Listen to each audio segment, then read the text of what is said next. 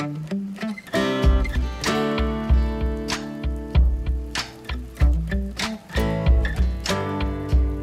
first met Jim Lauderdale at the Telluride Bluegrass Festival about 5 or 6 years ago. He was playing with Elvis Costello at the time.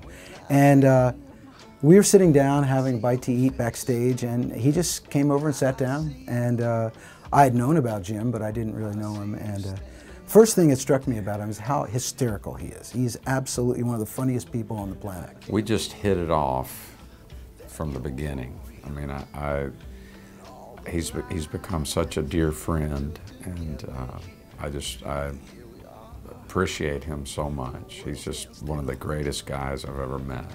I just clicked with him right away, and then saw him again at the Americana Music Awards at the Ryman in Nashville, and we just said, hey, let's try writing a song one day. So Jim and I got together, and even though it doesn't pertain to this particular song, I always like to talk about the first time I tried to write with Jim. We went into one of those traditional Nashville songwriting rooms, you know, kind of a little bit of a sterile environment in the middle of the day, 11 o'clock in the morning. And we basically sat there for a few hours and got nothing done. And I came home and I was really depressed, and my wife said, well, how did it go with Jim today? Because I was so looking forward to working with him. And I said, it really sucked. It was terrible. And she goes, well, what did you think? You can't write with Jim Lauderdale in the daytime. And I went, oh, yeah. She goes, invite him over at midnight, see what happens. Sure enough, he came over at midnight, and I think we wrote like 3 songs that night. We've started this thing where sometimes we write late at night. And I don't know, that seems to be our best. We always come up with something. So this one, we wrote here again in the middle of the night. All our best work is in the middle of the night. Jim came up with this idea. He just had the word close. And you know, he comes up with these very evocative ideas based around the simplest subject. One thing I like about our collaboration is that it's a trade-off with one of us might have a title, and then the other one starts coming with the music, or vice versa, and then we're able to finish each other's lines lyrically and musically. So it's a nice, it's really a good collaboration. Jim really kind of drove the bus on this song. He had a vision for this song, and he started singing, and he kind of started talking. It was kind of like a Johnny Cash thing where you just speak the words as opposed to sing it. And it was really unbelievable. And we've kind of finished the song, and I sat back and I said, Jim, I love this song so much, but I just can't pull it off like you. I can't speak the words and have it sound like that. I think it sounds phony when I do it.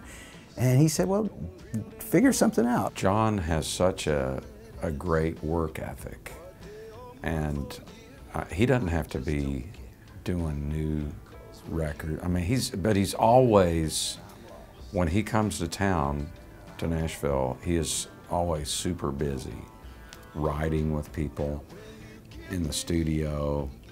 I mean, he's a very creative person, and I really love that about him. And he really pushes himself. I had been working with a guy named Tim Lauer on a Daphne Willis record. And Daphne Willis is an amazing artist, and as I was working with Tim, I really started respecting Tim's sonic sense of, he's very unique and he comes up with really cool sounds.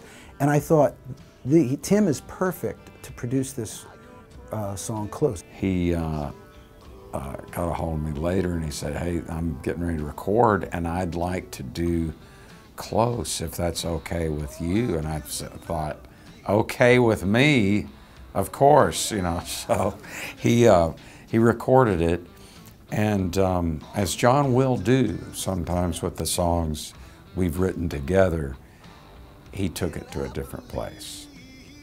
A good place.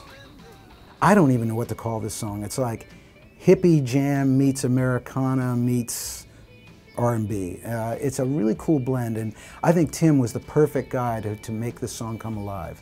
So it's called Close, and I got to pull out my old choral sitar, which is It's an old guitar from the 70s that used to use on R&B records. It sounds like a sitar, but actually is a guitar. And I hadn't played it since the 70s. It was in the back of my closet.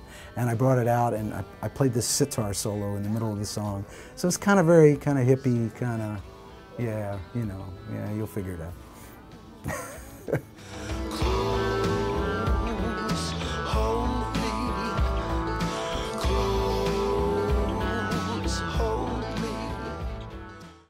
Excuse me, I'm looking for Americana's Jim Lauderdale.